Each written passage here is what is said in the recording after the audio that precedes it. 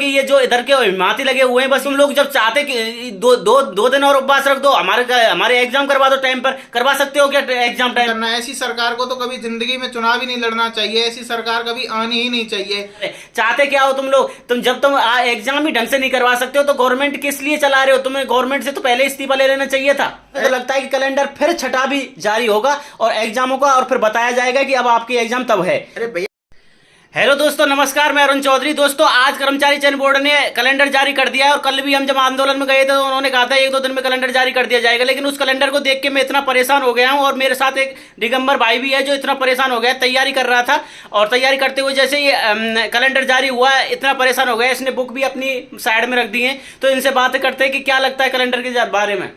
क्या होगा भैया? अभी तो ये कैलेंडर हुआ है, 6 महीने तो गया एग्जाम, अभी 6 महीने बाद भी कोई पता नहीं होगा नहीं होगा, क्या होगा, कुछ नहीं होगा। इसलिए अपनी अपनी किताबें मैंने तो कर दी हैं बंद। इसलिए जूनियर अकाउंटेंट को छोड़ो, कुछ और देखो, कोई और भर्ती, कोई नई भर्ती, नई जूनियर अकाउंटेंट क्या, आईएएस, संगणक, सब कुछ की भर्तियां आगे निकाल दी हैं। मतलब सरकार चाहती क्या है? ये तो बस इन्होंने आश्वासन दे दिया है बच्चों को कि बच्चे उभर के नहीं आए, ज्यादा परेशान नहीं करें, आंदोलन नहीं करें। ये लोग भावनाओं से खेल रहे हैं हम लोगों की के, क्योंकि जनवरी फरवरी में मतलब क्या रहा, जब एग्जाम इतने दिन पहले ले लिया, 4 कैलेंडर आप जारी कर चुके, 5वां कैलेंडर आपने जारी किया है। आपको ऐसा मतलब लगता नहीं है, दिमाग में नहीं आता बिल्कुल कि क्या हो क्या रहा है? ये बेरोजगारों को इतना परेशान करने की जरूरत कहां से गई? और जो ये अब आप लोग सोच रहे हो कि ये जो इधर के हिमाती लगे हुए हैं, बस ये बोल देते हैं कि हाँ अभी आपका रिजल्ट, वो कैलेंडर जारी हो रहा है, कल आपने 2 दिन उपवास रह के ये अध्यक्ष बनवा दिया आरएसएम एसएसबी का। तुम लोग जब चाहते कि दो दिन और उपवास रख दो, हमारे एग्जाम करवा दो टाइम पर। करवा सकते हो क्या एग्जाम टाइम पर?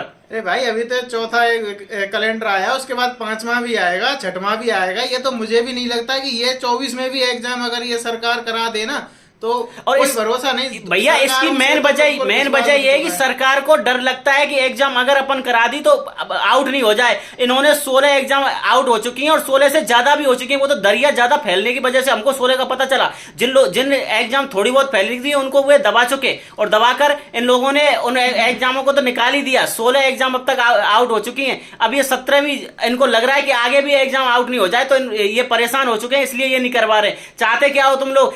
जब तुम एग्जाम ही ढंग से नहीं करवा सकते हो तो गवर्नमेंट किस लिए चला रहे हो? तुम्हें गवर्नमेंट से तो पहले इस्तीफा ले लेना चाहिए था। अरे जब सरकार अब जब मान ही चुकी है कि हम एग्जाम नहीं करा सकते, बिल्कुल अपनी कमजोरी बिल्कुल सिद्ध कर चुकी है, इस डर से एग्जाम नहीं करा रही है सरकार की ये कहीं लीक ना हो जाए, कहीं लीक ना हो जाए, हमारी सरकार की फिर से बेइज्जती होगी। तो फिर तो ऐसी सरकार तो पहली बात तो डिजर्व ही नहीं करती है राजस्थान पे शासन करना। ऐसी सरकार को तो कभी जिंदगी में चुनाव ही नहीं लड़ना चाहिए, ऐसी सरकार कभी आनी ही नहीं चाहिए। भैया अभी एक बार मैं और बता दूं, अगर अपन सरकारों पर जाते तो दूसरी सरकार, अपन बीजेपी या कांग्रेस 2 ही चलती हैं। अब अपन ऐसे ही करते रहे कि आगे सरकार, अब ये चेंज हो जाएगी, दूसरी सरकार लाइए, तो ऐसे कब तक सरकार लाते रहेंगे? जब ये कांग्रेस विपक्ष में आ जाएगी तो कांग्रेस ये कहेगी अब हमको शासन दो, हम अपनी सरकार अपने मैच मतलब जो एग्जाम है वो समय पर करवाएंगे। कब तक ऐसे करते रहेंगे? जब तक युवा जागेगा नहीं, रोडों पर नहीं आएगा, जब तक कुछ नहीं होगा। जब 3-4 साल निकल जाएंगी, कितनी सालें निकलेंगी, ऐसा कुछ नहीं है। देखो, सरकार की तो कोई बात ही नहीं है, बीजेपी कांग्रेस सब एक जैसी है। सरकारें हमारे लिए तो कोई सरकार भला नहीं करती, सब ऐसा ही करते हैं। और इसलिए इस व्यवस्था को सही करने के लिए हम युवाओं को ही साथ में आना पड़ेगा। हम युवा ही कुछ कर सकते हैं।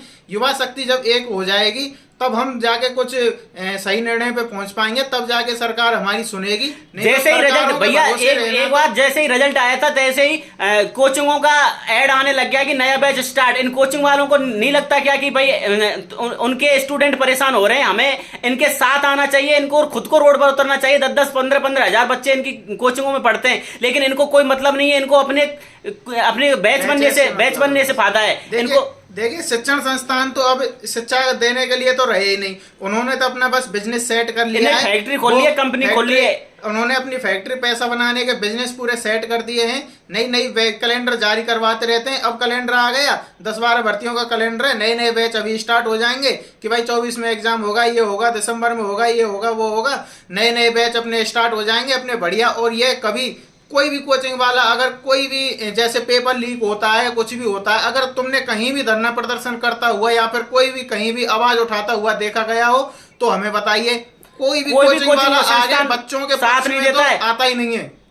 अपन कल हम जब धरने प्रदर्शन पर गए थे वहां केवल 100-150 बच्चे पहुंचे थे और एग्जाम देते हैं 10 लाख। अब अगर अपन 10,000 भी लोग वहां पहुंच जाए ना तो एग्जाम लेना ही पड़ेगा, लेकिन लोगों में ही जागृति नहीं है, नहीं वो जा रहे हैं तो वो ठीक है। ग्रुप में कम से कम मेरे ग्रुप में 2000 लोग जुड़े हुए हैं, लेकिन 100 बच्चे भी वहां पहुंचे नहीं थे।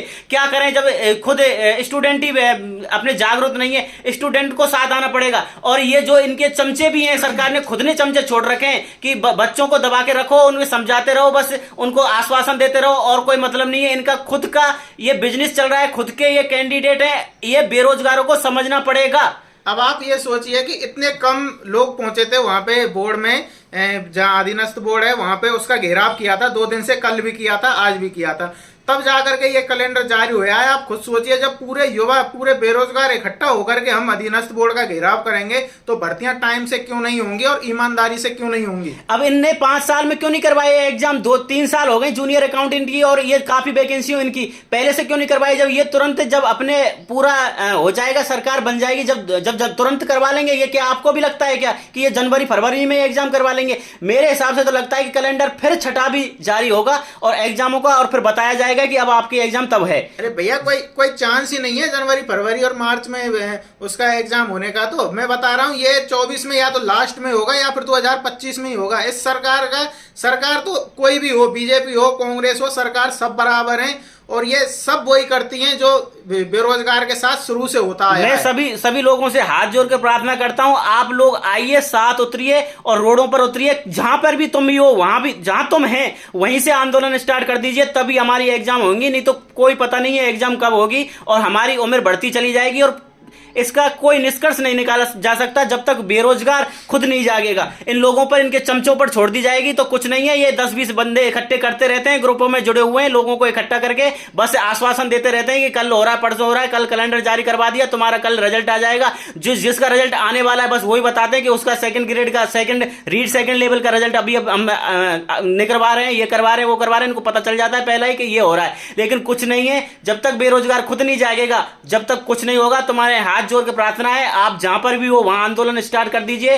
इसी सरकार में हमको एग्जाम करवानी है, अगर इस सरकार में एग्जाम नहीं हुई तो आप लगा लीजिए, 3-4 साल बाद जाने वाली है एग्जाम। और हमारा सभी युवा साथियों से विनम्र निवेदन है, अब हमें ही कुछ करना पड़ेगा, सरकार के भरोसे कुछ नहीं हो सकता। 2 साल से एग्जाम तो हुई नहीं है, ज्वाइनिंग उसकी और रिजल्ट की तो बहुत दूर की बात हो गई है। जिनके एग्जाम लग भी गए हैं उनके रिजल्ट नहीं आ रहे हैं, सब ऐसे ही चल रहा है राम भरोसे। आप जहां पर भी हो वहां से आंदोलन स्टार्ट कीजिए और सरकार को बताइए कि बेरोजगारों का संगठन एक बहुत बड़ा परिवर्तन कर सकता है। इसलिए आपको हाथ जोड़ की प्रार्थना है, आप आइए, बाहर आइए, रोड पर आइए, तभी हो सकता है, नहीं कुछ नहीं होगा। जय हिंद, जय भारत, धन्यवाद जी।